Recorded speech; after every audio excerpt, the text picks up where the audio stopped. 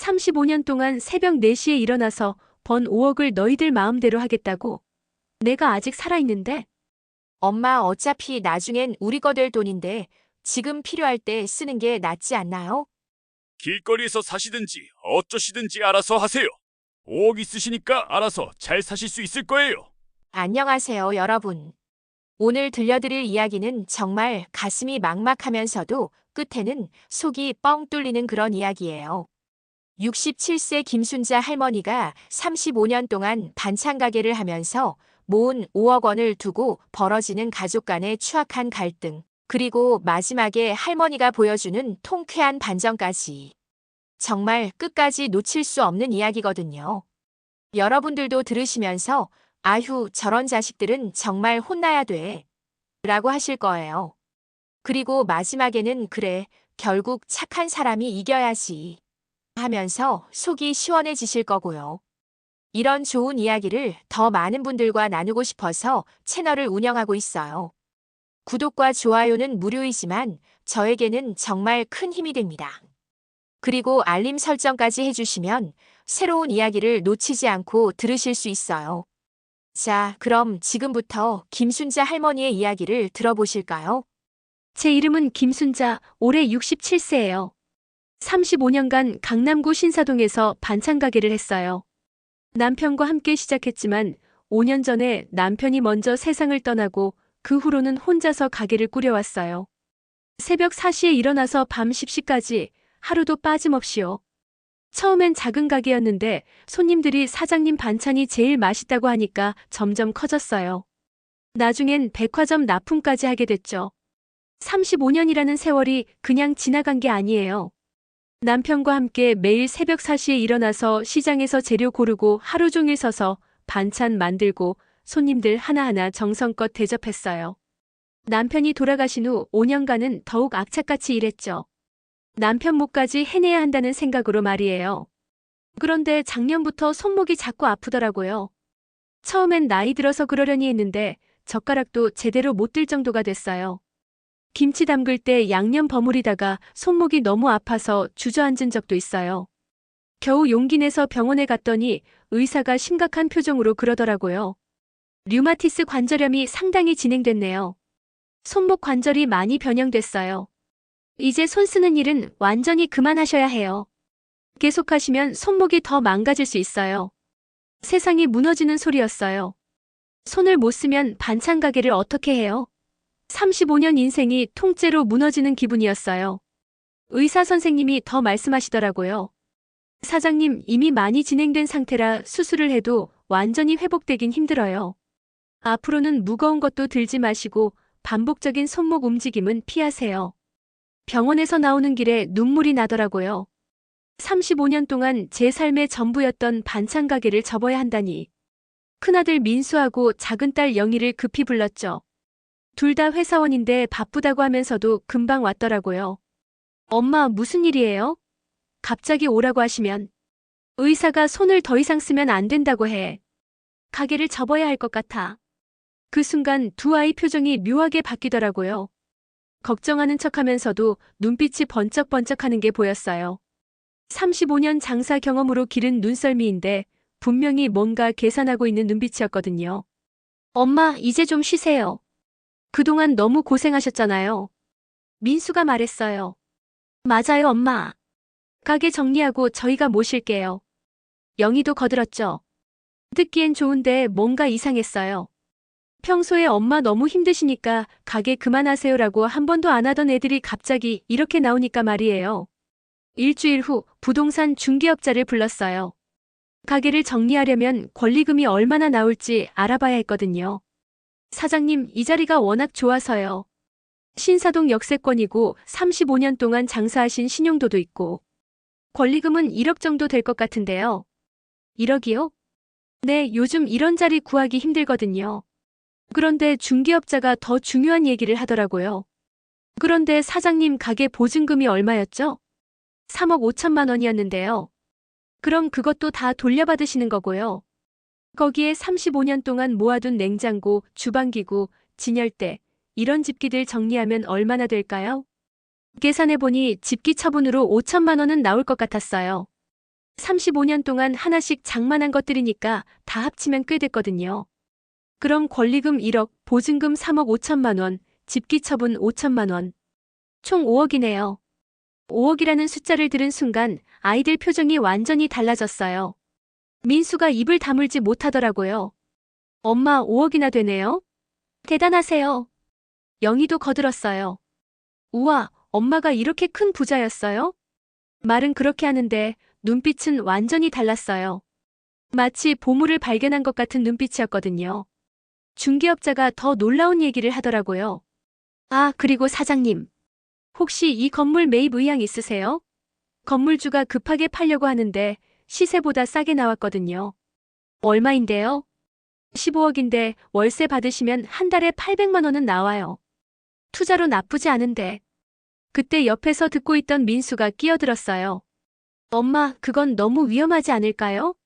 현금으로 갖고 계시는 게. 영희도 거들었죠. 맞아요, 엄마. 건물 사면 관리하기도 힘들고. 그런데 이상했어요. 왜 애들이 건물 사는 걸 말리는 걸까? 나중에 알고 보니 제가 건물을 사면 애들이 손뗄 수 있는 현금이 줄어들까봐 그런 거였어요. 그날 저녁 아이들이 각자 조심스럽게 말을 꺼내기 시작했어요. 엄마 5억이라는 큰 돈을 어떻게 관리하실 계획이에요? 민수가 물어봤어요. 아직 생각 중이야. 일단 은행에 넣어두고. 엄마, 은행 이자가 너무 낮아요. 요즘 투자 상품들이 좋다고 하던데. 영희도 끼어들었어요.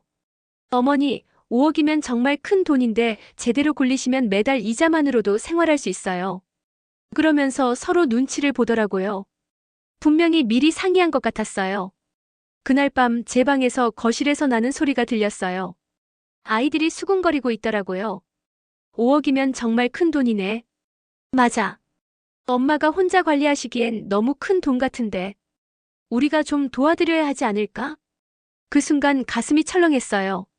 남편과 함께 30년 혼자서 5년 동안 새벽 4시에 일어나서 손이 부르트도록 일해서 번 돈인데 벌써 애들이 그 돈에 관심을 보이고 있는 거였어요. 그때는 몰랐어요. 이게 시작일 뿐이라는 걸 말이에요.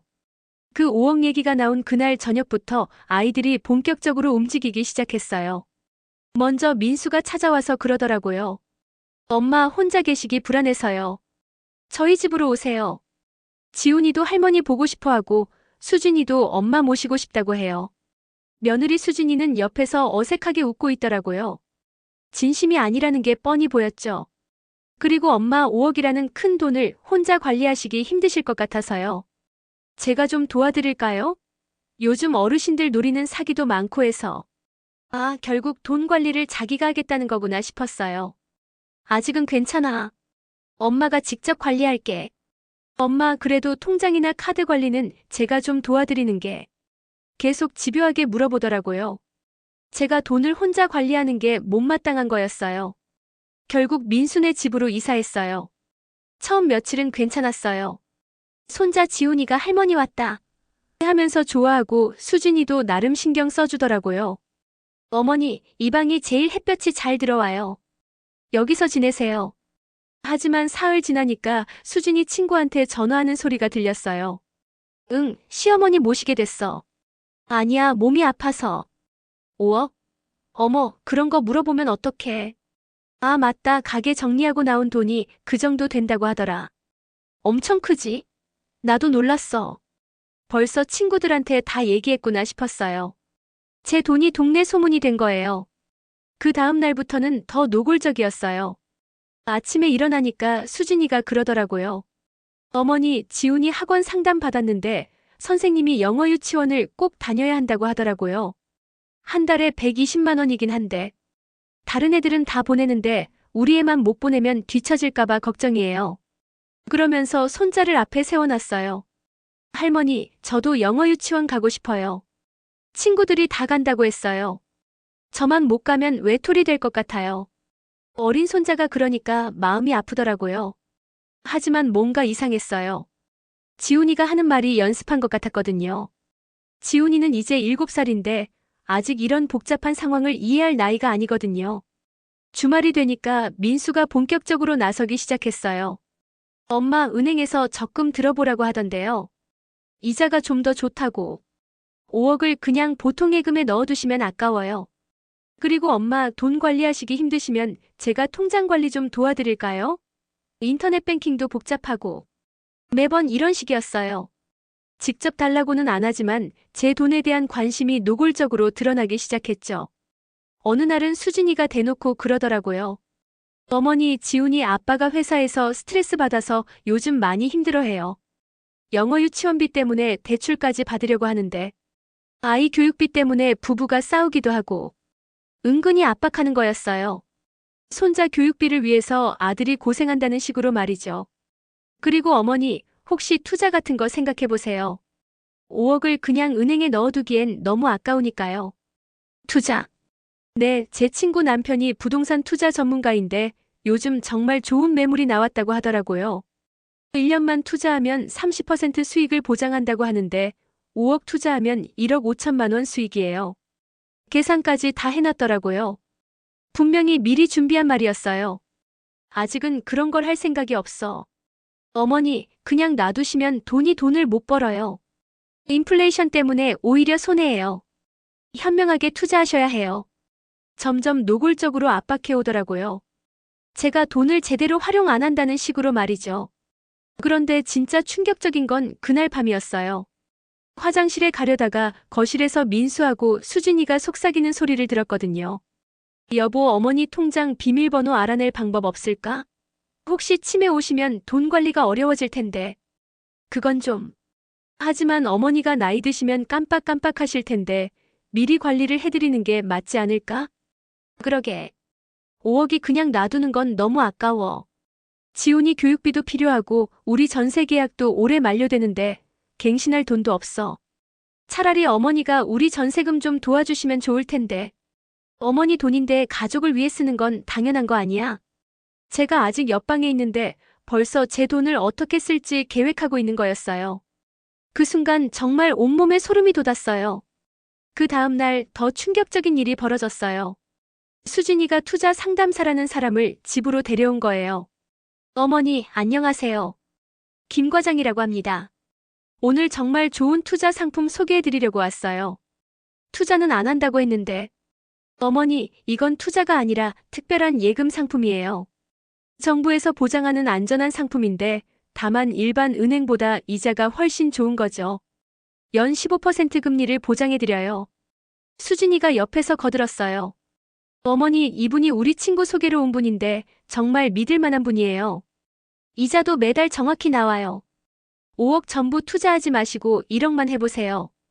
그럼 한 달에 125만 원씩 이자가 나와요. 지훈이 영어 유치원비도 충분히 나오죠. 1억이면 영어 유치원비 딱 맞더라고요.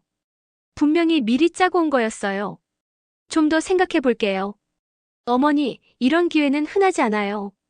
다음 주까지만 모집하거든요. 늦으면 기회를 놓치실 수 있어요. 압박하기 시작했어요. 그런데 그 투자 상담사가 보여준 서류를 보니까 이상했어요. 정식 금융회사가 아니라 투자조합 같은 거더라고요. 이게 정말 안전한 거예요? 물론이죠. 부동산 담보도 있고 정부 허가 업체예요. 하지만 뭔가 수상했어요. 35년 장사 경험으로 기른 감각인데 이 사람이 거짓말하고 있다는 게 보였거든요. 그날 밤 상담사가 간 후에 또 민수하고 수진이가 속삭이는 소리가 들렸어요. 어때? 엄마가 관심 있어 보였어? 글쎄, 좀 의심스러워 하시는 것 같던데. 하지만 1억 정도는 투자하실 것 같아. 그럼 지훈이 영어 유치원은 해결되는 거네. 그리고 우리 전세 자금도. 그런데 만약 그 투자회사가 망하면 어떡하지? 그건 어머니가 알아서 하셔야지. 우리가 강제로 시킨 거 아니잖아. 투자는 원래 위험한 거고. 정말 소름 끼쳤어요. 제가 투자에 실패해서 돈을 잃어도 자기들은 상관없다는 거였어요. 한 달이 지났어요. 민수네 집에서의 생활이 점점 힘들어졌어요. 매일매일이 돈과 관련된 압박의 연속이었거든요. 그런데 어느 날 민수가 그러더라고요. 엄마, 영희가 엄마를 모시고 싶다고 하는데 영희네 집이 더 넓으니까 거기서 지내시는 게 어떠세요? 아, 이제 저를 영희네로 떠넘기려는구나 싶었어요. 영희네 집으로 이사했어요. 민수가 영희네가 더 넓으니까 거기서 지내보라고 해서 말이에요. 딸이니까 좀 나을 거라 생각했죠. 처음엔 정말 잘해줬어요.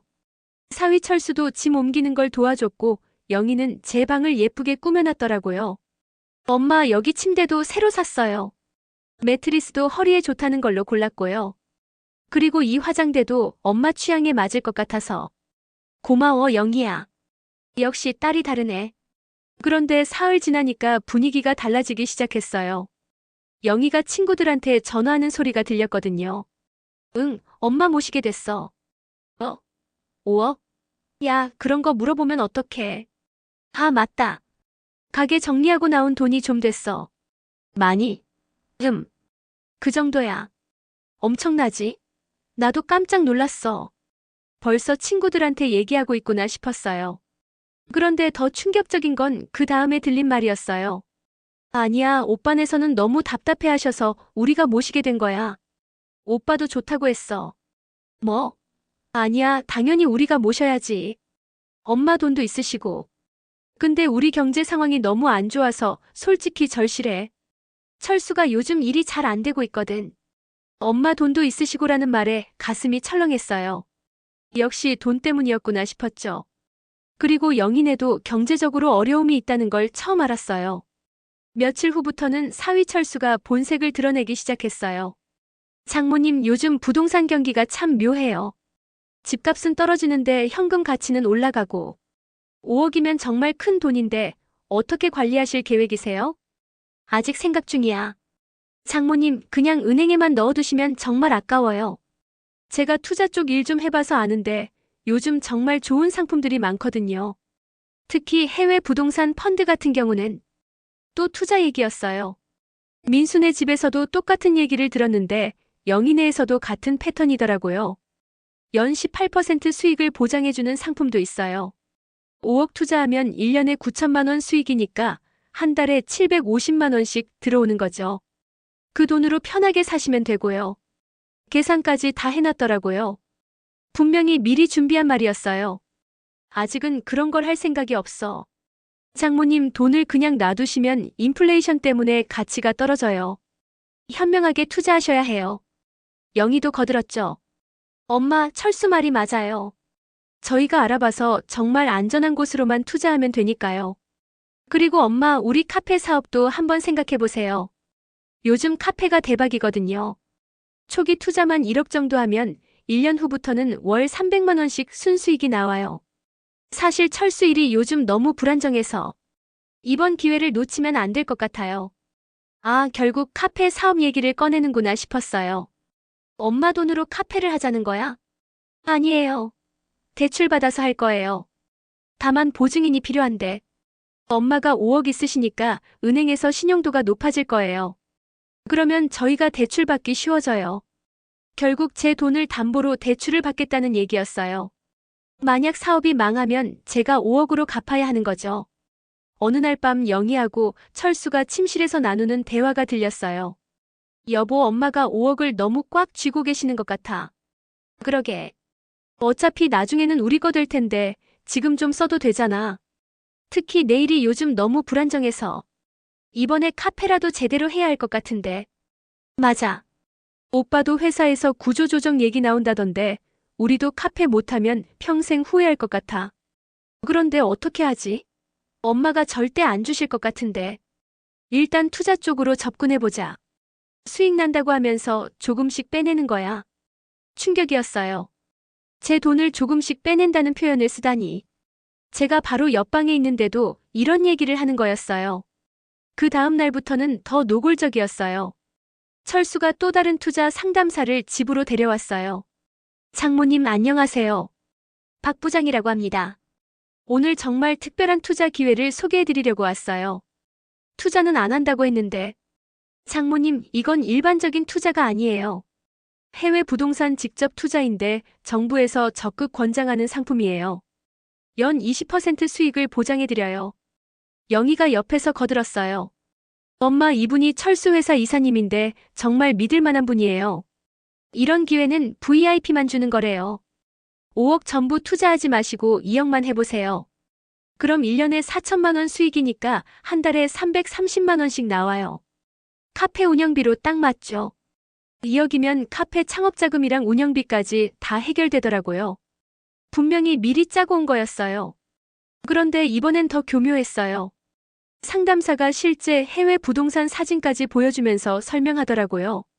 이 건물이 바로 장모님이 투자하실 부동산이에요. 미국 텍사스에 있는 오피스 빌딩인데. 하지만 뭔가 이상했어요. 사진이 너무 완벽해서 인터넷에서 가져온 것 같았거든요. 좀 더 생각해 볼게요. 장모님, 이런 기회는 일주일에 한 번씩만 나와요. 다음 주 금요일까지만 투자 가능하거든요. 또 급박함을 조성하더라고요. 그런데 이번엔 영희가 더 적극적으로 나섰어요. 엄마, 이렇게 좋은 조건인데 놓치면 진짜 아까워요. 저희가 책임지고 관리해 드릴게요. 그리고 장모님, 만약 걱정되시면 1억부터 시작해보세요. 그럼 한 달에 165만 원씩 나와요. 1억이면 영희네 생활비 정도 되더라고요. 이것도 계산해서 말하는 거였어요.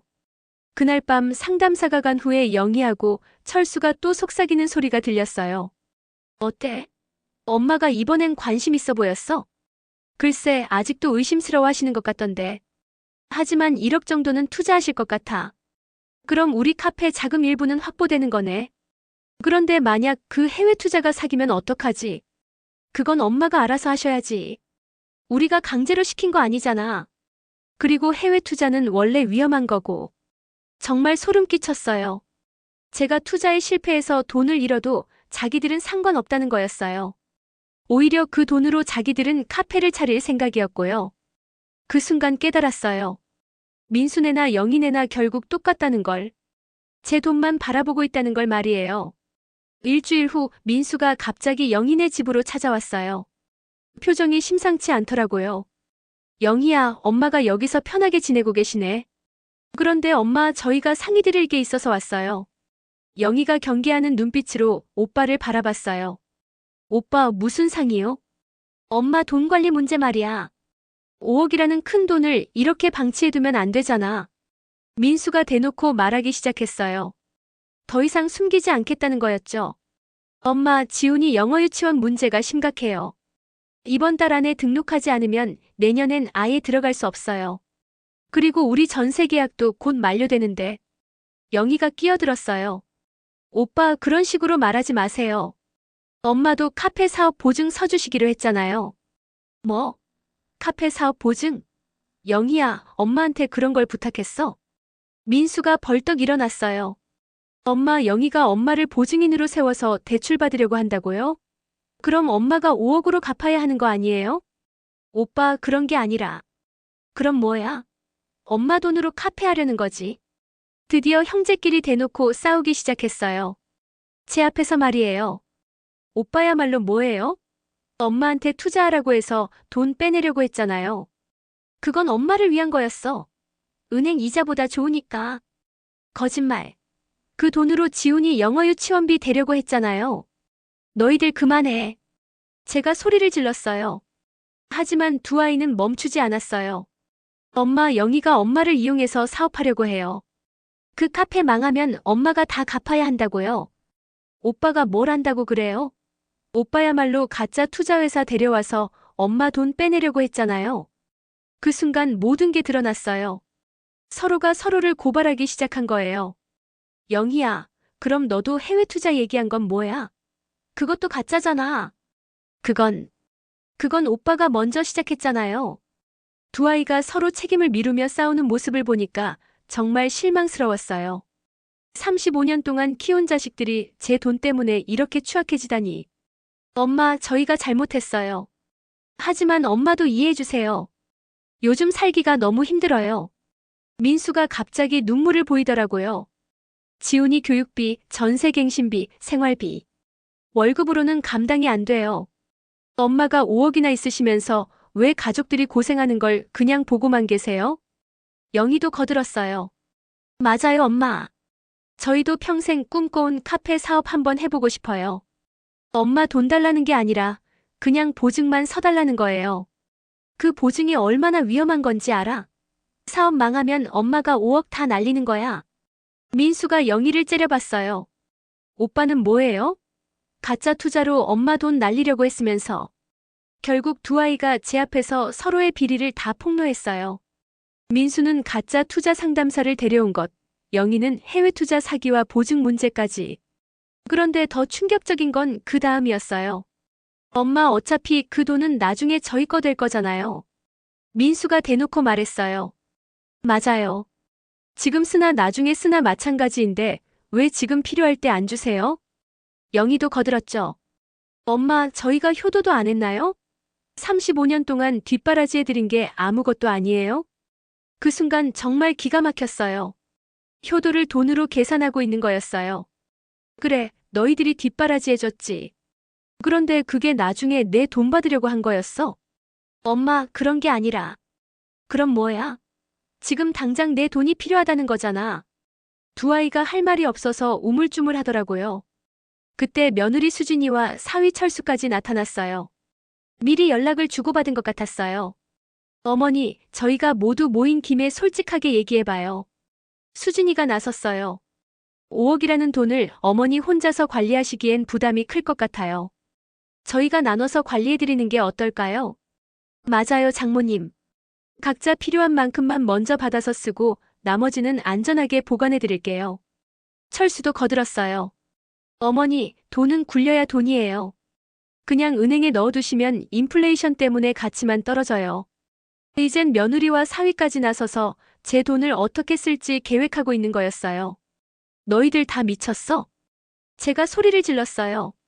35년 동안 새벽 4시에 일어나서 번 돈을 너희들 마음대로 하겠다고. 내가 아직 살아있는데. 엄마 화내지 마세요. 저희가 어머니를 위해서. 거짓말하지 마. 너희들 위한 거잖아. 그때 민수가 마지막 카드를 꺼냈어요. 엄마, 그럼 요양원 가시는 게 어때요? 요즘 좋은 시설 많거든요. 요양원? 네, 한 달에 300만 원 정도면 정말 좋은 곳에 들어가실 수 있어요. 5억이면 10년은 충분히 지내실 수 있고. 영희도 거들었어요. 맞아요, 엄마. 그게 서로에게 좋을 것 같아요. 엄마도 편하시고 저희도 안심이고. 그 순간 모든 게 이해됐어요. 처음부터 이게 목적이었구나. 제 돈으로 요양원에 보내버리고 나머지는 자기들이 나눠 갖겠다는 거였어요. 그럼 5억 다 떨어지면 어떡하지? 그때 가서 생각해보죠. 또 말끝을 흐리더라고요. 돈 떨어지면 그때는 어떻게 되든 상관없다는 거였죠. 그날 밤 혼자 앉아서 생각했어요. 정말 이게 내가 35년 동안 키운 자식들인가? 제 돈 때문에 이렇게 추악해질 수 있는 건가? 그때 결심했어요. 절대로 이 아이들 뜻대로는 안 되게 하겠다고. 제가 마지막으로 할 수 있는 일이 있다면 당당하게 제 존엄을 지키는 거라고 말이에요. 그 다음 날부터 아이들의 공세가 더욱 거세졌어요. 이번엔 대놓고 협박하기 시작했거든요. 아침에 일어나니까 민수, 영희, 수진이, 철수가 모두 거실에 앉아 있더라고요. 마치 가족 회의를 하려는 것처럼 말이에요. 엄마 앉으세요. 민수가 의자를 가리키면서 말했어요. 뭔가 불길한 예감이 들었죠. 어머니, 저희가 밤새 상의해봤는데요. 수진이가 말을 시작했어요. 5억을 이렇게 계속 방치하시면 안 될 것 같아요. 어머니 건강도 좋지 않으시고 혹시 치매라도 오시면 어떡해요? 아직 치매 안 왔어. 어머니, 요즘 깜빡깜빡 하시는 게 많아졌잖아요. 어제도 가스레인지 켜놓고 깜빡하셨고. 거짓말이었어요. 그런 일 없었거든요. 하지만 아이들은 계속 거짓말로 저를 몰아갔어요. 그리고 어머니, 혼자 계시면 보이스피싱 같은 사기도 당하기 쉬워요. 철수가 거들었어요. 장모님, 요즘 어르신들 노리는 사기꾼들이 정말 교묘해요. 5억 같은 큰 돈은 전문가가 관리해야 해요. 그 전문가가 너희들이야? 어머니, 저희가 가족이잖아요. 남보다는 낫죠. 영희가 말했어요. 하지만 눈빛이 차갑더라고요. 엄마, 오늘 은행에 같이 가요. 통장 관리를 저희가 도와드릴게요. 싫어. 내가 직접 할 거야. 그러자 민수가 벌떡 일어났어요. 엄마, 언제까지 이러실 거예요?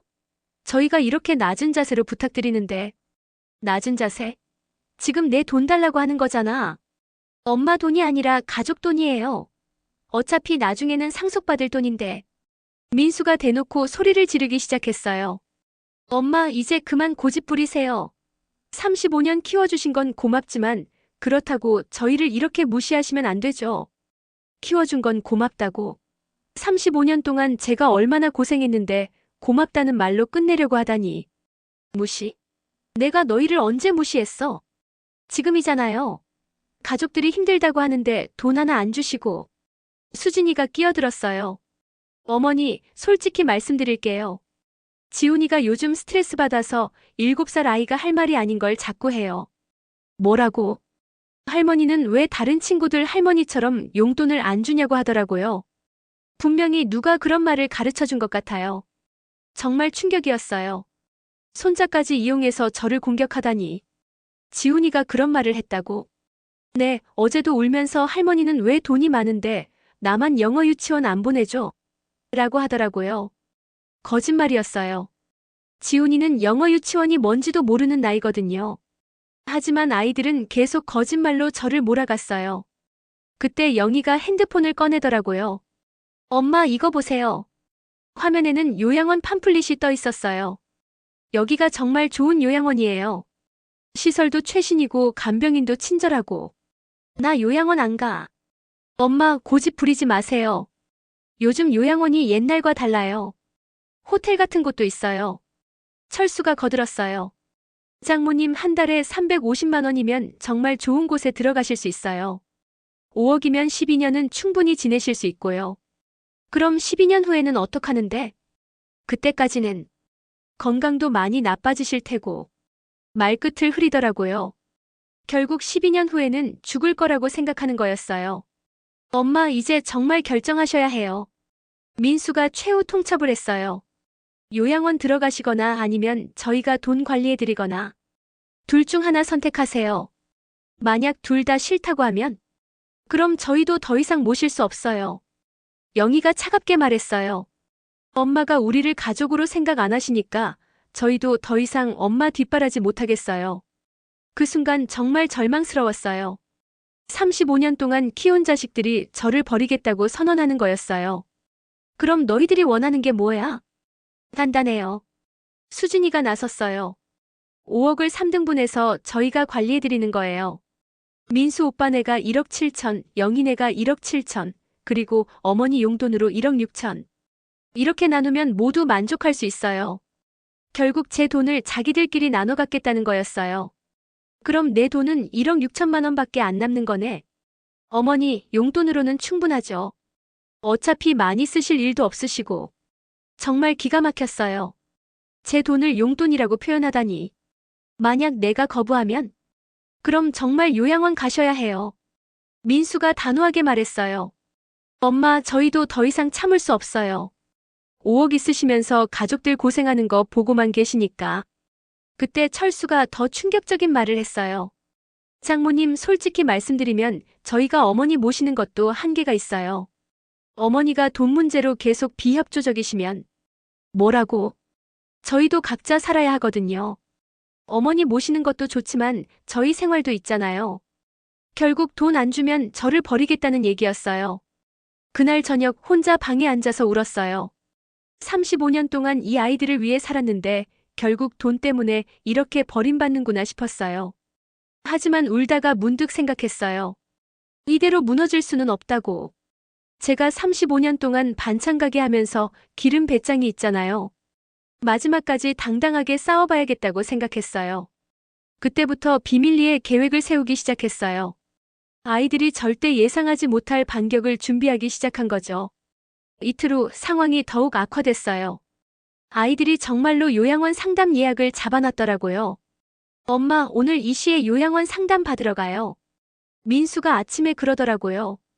누가 상담 받으러 간다고 했어? 어제까지 답 안 주시니까 저희가 알아서 했어요. 가서 보시고 마음에 들면 바로 입소하시면 되거든요. 난 안 가.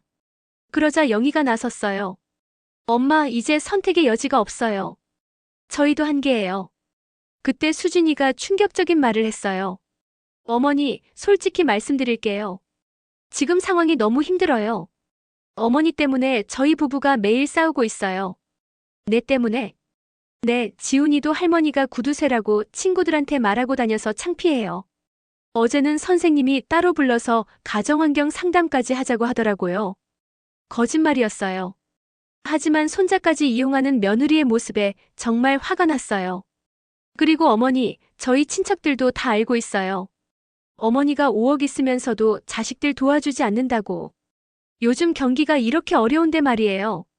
친척들이 뭘 알아? 수진이 친정에서도 그렇고 제 형제들도 그렇고 모두들 이상하게 생각하고 있어요. 영희가 거들었어요. 엄마, 제 친구들도 다 아는데 너무 창피해요. 5억 있는 시어머니가 왜 그래? 라고 수근수근거려요. 제 돈 얘기를 온 동네에 다 퍼뜨려 놨구나 싶었어요. 그리고 저를 구두쇠로 만들어서 말이에요. 그때 철수가 더 악랄한 말을 했어요. 장모님, 제 회사 사람들도 다 알고 있어요. 장모님이 독거노인 행세하면서 돈은 꽁꽁 숨겨놨다고. 독거노인 행세? 네, 정부 지원금 받으시려고 가난한 척 하신다고 하더라고요. 5억 있으면서 말이에요. 완전히 거짓말이었어요. 저는 정부 지원금 받은 적 없거든요. 하지만 이 사람들은 저를 사기꾼으로 만들어서 소문을 퍼뜨린 거였어요. 너희들이 그런 소문을 퍼뜨렸구나. 소문이 아니라 사실이잖아요. 민수가 뻔뻔하게 말했어요. 엄마가 5억 있으면서 가족들 고생시키는 게 맞아요? 이게 정상이에요? 그때 문 밖에서 소리가 들렸어요. 누군가 찾아온 것 같았어요. 안녕하세요. 요양원에서 나왔습니다. 요양원 상담사였어요. 미리 부른 거였죠. 어머니, 이분이 상담해 주실 거예요. 상담사가 들어와서 팜플릿을 펼쳐놓더라고요. 어르신, 저희 요양원은 정말 좋아요. 하루 세끼 식사에 간식까지 제공되고 물리치료실, 재활치료실, 심지어 미용실까지 있어요. 관심 없어요. 어르신 혼자 계시기 힘드시죠? 저희 요양원에 계신 분들은 모두 만족하고 계세요. 그때 민수가 끼어들었어요. 상담사님, 저희 어머니가 치매 초기 증세가 있어서요. 깜빡깜빡하시고 가스도 자주 켜놓고 까먹으시고. 아, 그러시군요. 그럼 더더욱 전문시설에서 지내시는 게 좋겠네요. 거짓말로 저를 치매 환자로 만들어버렸어요. 그리고 상담사님, 입소비는 어떻게 되나요? 한 달에 350만 원이면 1인실 사용 가능하세요. 어르신 같은 경우는 5-6년 정도 지내실 것 같은데. 5-6년? 제가 물어봤어요. 네, 치매가 진행되면. 보통 그 정도예요. 치매도 없는 제가 5-6년 후에 죽을 거라고 단정하더라고요. 그럼 총 비용이 얼마나 되나요?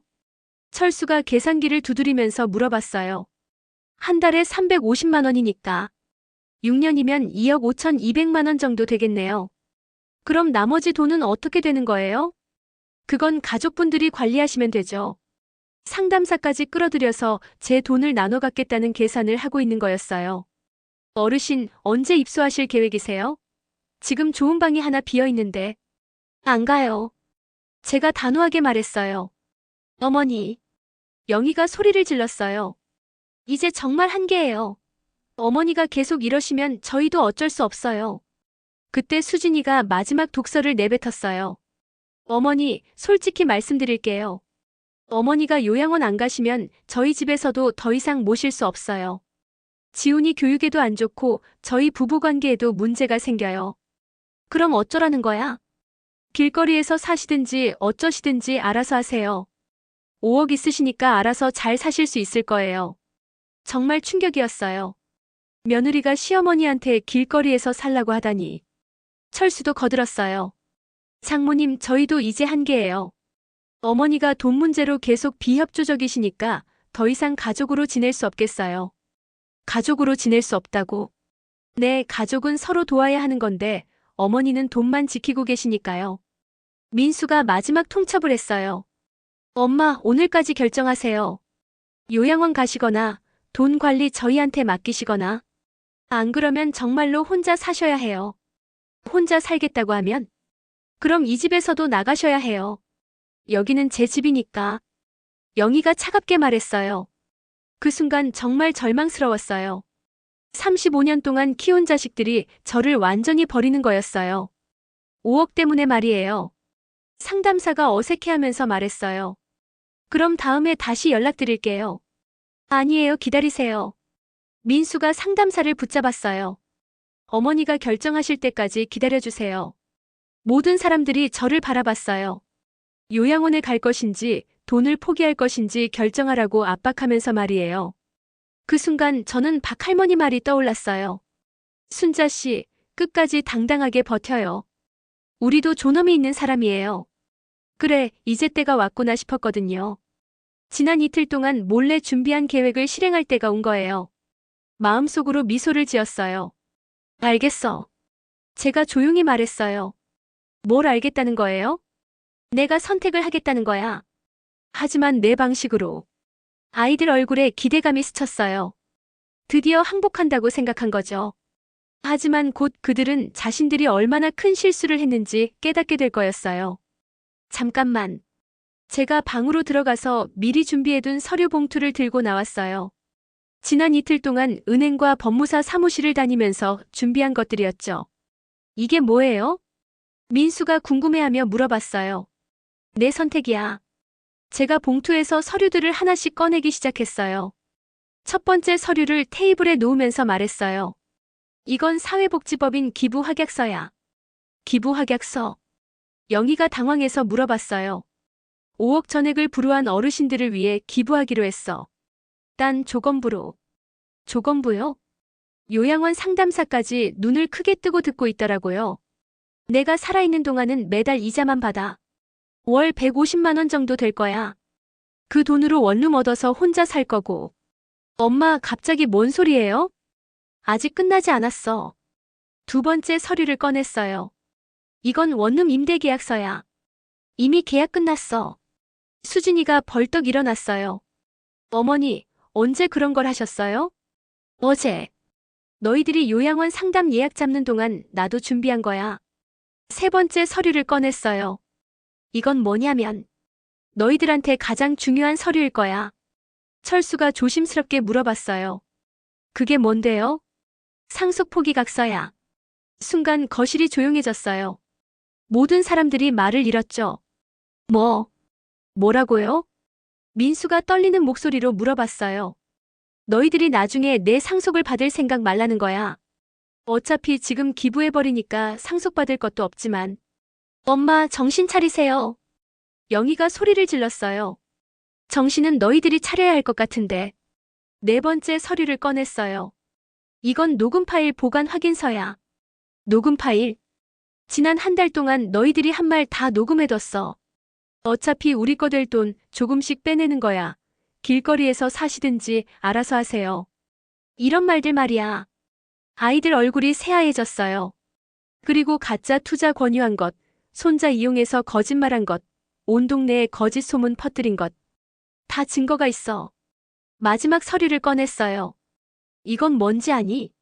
그게 뭐예요? 수진이가 떨리는 목소리로 물어봤어요. 법무사 사무실에서 작성한 고발장이야. 너희들 사기 시도, 강요, 협박. 이런 것들로 고발할 거야. 엄마. 민수가 벌떡 일어났어요. 우리가 언제 사기를 쳤어요? 가짜 투자 상담사 데려온 거, 해외 부동산 투자 사기. 이런 게 사기 아니야? 그건 어머니를 위해서. 거짓말하지 마. 너희들 위한 거였잖아. 그때 요양원 상담사가 일어났어요. 저는 그냥 가볼게요. 상황이 복잡한 것 같아서. 아니에요, 기다리세요. 제가 상담사를 붙잡았어요. 이분이 증인이에요.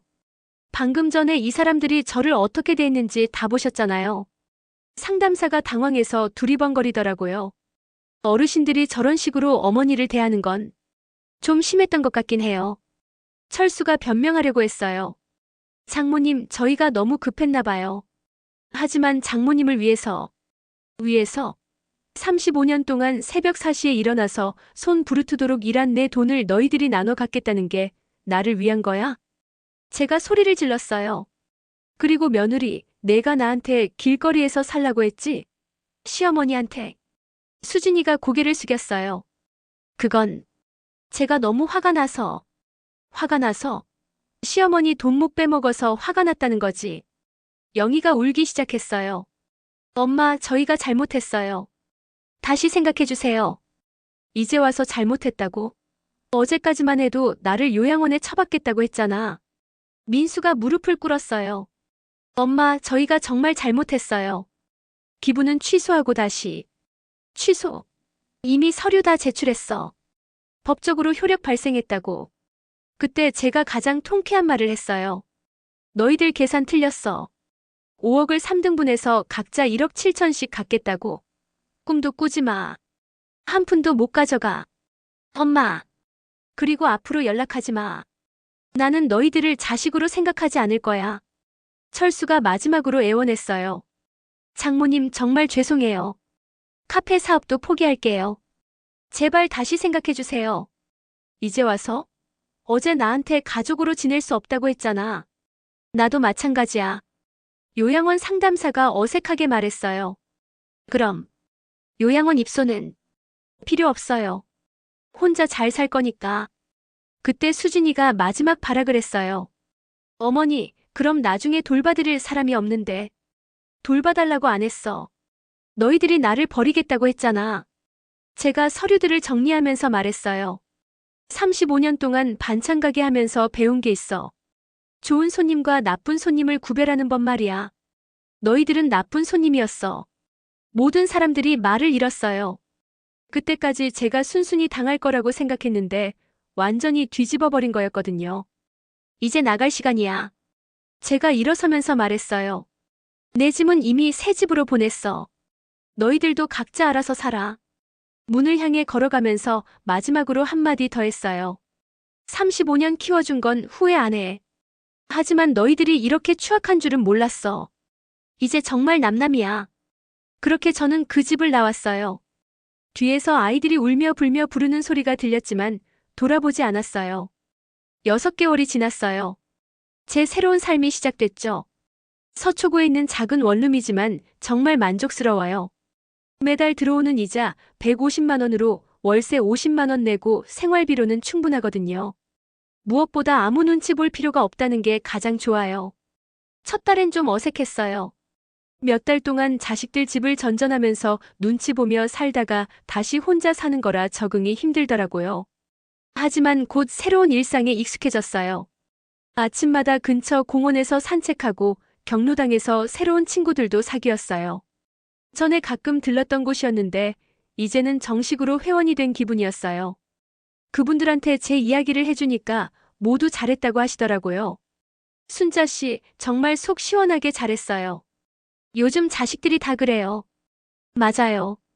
5억을 그냥 줬으면 나중에 더 후회했을 거야. 경로당 할머니들이 제 편을 들어주니까 마음이 든든했어요. 한 달 후 민수가 전화를 했어요. 엄마, 죄송해요. 정말 잘못했어요. 다시 집으로 돌아오세요. 필요 없어. 나 지금 잘 살고 있어. 엄마, 지훈이가 할머니 보고 싶다고 매일 우는데. 그래? 그럼 지훈이가 직접 전화하라고 해. 민수가 할 말이 없어서 끊었어요. 2달 후엔 영희가 와서 원룸 앞에서 울고불고 난리를 쳤어요. 엄마, 제발 용서해주세요. 카페 사업도 포기했어요. 정말 잘못했다고요. 창문 너머로 내려다보니까 정말 처량하더라고요. 하지만 마음을 굳게 먹었어요. 영희야, 늦었어. 엄마한테 길거리에서 살라고 했잖아. 이제 내가 알아서 살아. 엄마. 아래서 계속 부르는 소리가 들렸지만 문을 열어주지 않았어요. 석 달 후엔 수진이까지 와서 그러더라고요. 어머니, 정말 죄송해요. 제가 너무 철없었어요. 이제 와서? 내가 요양원 상담사 앞에서 나한테 뭐라고 했는지 기억 안 나? 그건 제가 정말 미쳤었어요. 맞아, 미쳤었지. 시어머니 돈 때문에. 그 후로는 연락이 뜸했어요. 아마 포기한 것 같았어요. 그런데 어느 날 경로당에서 만난 할머니가 그러시더라고요. 순자 씨, 어제 마트에서 순자 씨 아들 봤는데 정말 초췌하더라. 그래요? 응, 며느리랑 같이 있었는데 둘 다 얼굴이 말이 아니야. 아마 돈 때문에 힘든가 봐. 기분이 묘했어요.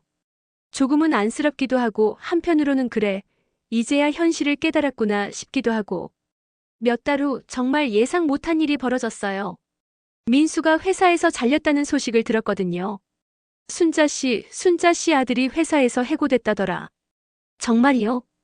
응, 경기가 안 좋아서 구조조정 당했다고 하던데. 전세집도 빼야 한다며. 그때서야 아이들이 왜 그렇게 제 돈에 목을 맸는지 이해가 됐어요. 이미 경제적으로 어려웠던 거였어요. 하지만 동정하지 않았어요. 그럴 때 더더욱 가족끼리 서로 의지하고 힘을 합쳐야 하는데 어머니 돈만 빼먹으려고 했으니까요. 그 후 얼마 지나서 가장 충격적인 소식을 들었어요. 순자 씨 큰일 났어. 순자 씨 딸이 이혼한다더라. 뭐라고요? 응, 사위가 바람 피웠다며. 카페 사업 못해서 스트레스 받다가 다른 여자 만났다더라. 그 순간 정말 기가 막혔어요. 제 돈으로 카페 하려고 그렇게 난리를 쳤는데 결국 그것 때문에 이혼까지 하게 된 거였어요. 참, 인생이 참 아이러니하네. 그때 문득 생각했어요. 만약 제가 그때 돈을 줬다면 어떻게 됐을까? 아마 카페 사업도 망하고 제 돈도 다 날리고 가족들은 더 큰 갈등에 빠졌을 거예요. 어떻게 보면 제가 돈을 안 준 게 오히려 더 큰 재앙을 막은 셈이었어요. 그 후로 시간이 더 지났어요. 아이들은 가끔 안부 문자를 보내요. 엄마 건강하세요. 어머니 죄송해요. 하지만 전 답장하지 않아요. 진심이 아니라는 걸 알거든요. 아직도 제 돈을 포기하지 못한 거예요. 최근에는 지훈이가 제게 안부를 물어보라고 민수가 시켰다는 전화가 왔어요. 할머니 안녕하세요. 아빠가 할머니한테 안부 여쭤보라고 했어요. 7살 아이가 어른들 시키는 대로 하는 모습을 보니까 안쓰럽기도 하고 한심하기도 했어요. 지금 저는 정말 행복해요. 경로당 친구들과 함께 요리도 하고 뜨개질도 하고 가끔은 여행도 가요. 35년 만에 처음으로 제 인생을 사는 기분이에요. 무엇보다 좋은 건 돈 걱정이 없다는 거예요. 매달 150만 원씩 들어오는 이자로 충분히 생활할 수 있거든요. 나머지 5억은 나중에 정말 도움이 필요한 어르신들을 위해 쓰일 거예요. 가끔 후회되냐고 물어보시는 분들이 있어요. 순자 씨, 그래도 자식들인데 너무 매정한 거 아니야?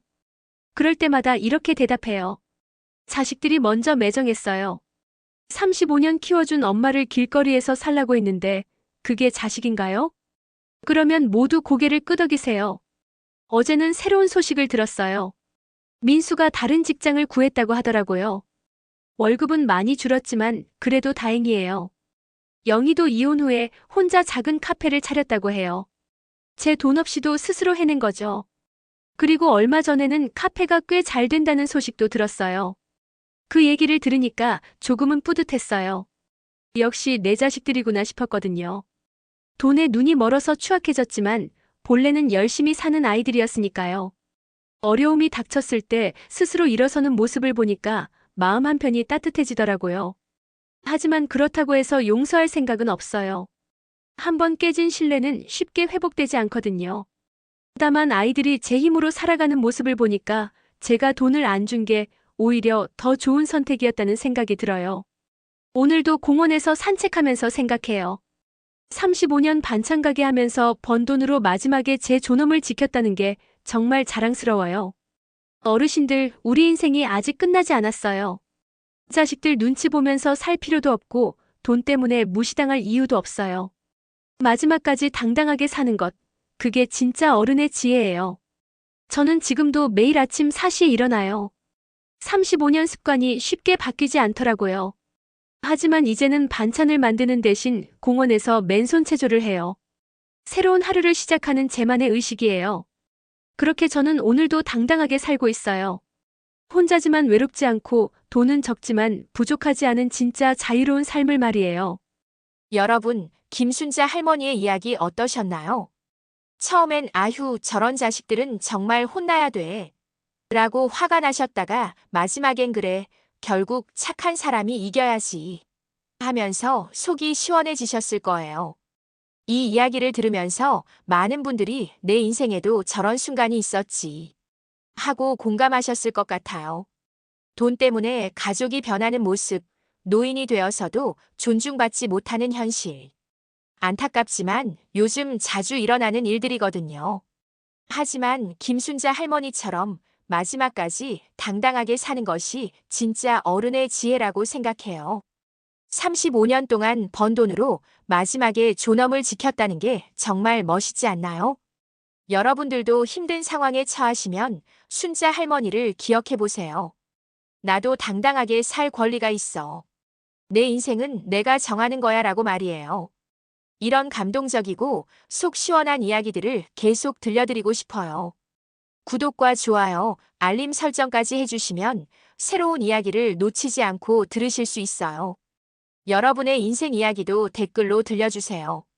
나도 이런 경험이 있었는데 하는 이야기들 정말 궁금해요.